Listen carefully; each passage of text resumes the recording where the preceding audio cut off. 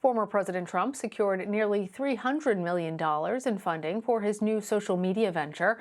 Mr. Trump did that by taking his company public through a merger with a special purpose acquisition company, or SPAC, called Digital World Acquisition. But according to a New York Times report, that deal might have violated securities laws. Lauren Hirsch co-authored that article and joins me now. She's a business reporter for the New York Times.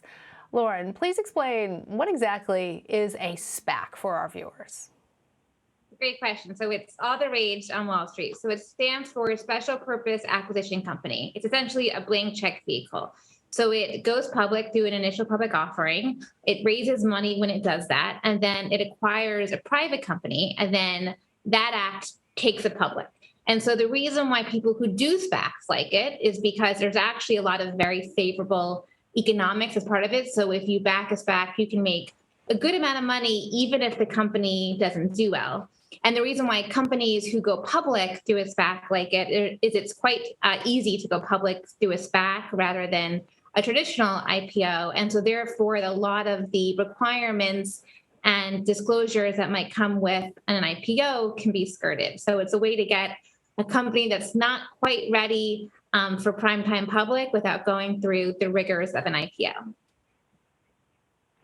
So how did Digital World Acquisition land its deal with President Trump's new social media company? So Digital World was kind of the brainchild of two former apprentice participants, and they thought it would be a great idea to start a company that, as they characterize it, rivaled big tech. There's been a lot of debate, of course, around the way that the media covers certain topics, and they wanted to cover it in a different way. So they pitched the idea to Trump around January, but of course they needed funding. So as mentioned, SPAC is a great way to do that. They spoke with various SPACs, and one of the SPACs that they spoke with is called Bessemer. It's backed by a man called Patrick Orlando. He was a former banker at Deutsche.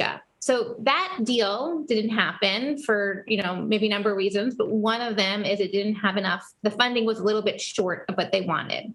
After that deal fell apart, they eventually, as many people now know, were sold to a different SPAC, also backed by Patrick Orlando, called Digital World Acquisition. And so the key question is when talks shifted between that last SPAC and this current SPAC, because when you take a company public, you take a SPAC public, you're not allowed to have an acquisition in mind. So one really big question is, when did Digital World start to have that conversation with Trump Media Group? Was it before it went public?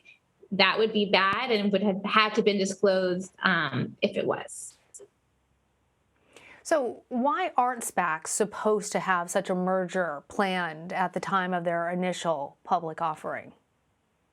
Because blank check vehicle SPACs are regulated like a blank check entity, and they are, they go by those rules. And the other thing is, because it's a backdoor way to get a public company without the traditional rigors of an IPO, you don't want to make it so direct. You don't want to make it so easy of like, oh, we can't just IPO. Let's just strike a deal now. You launch a SPAC and acquire me and go public. They want it to be kind of they want this SPAC to be kind of a more traditional mergers and acquisitions tool. They don't want it to be quite so straightforward as simply a tool to take a company public.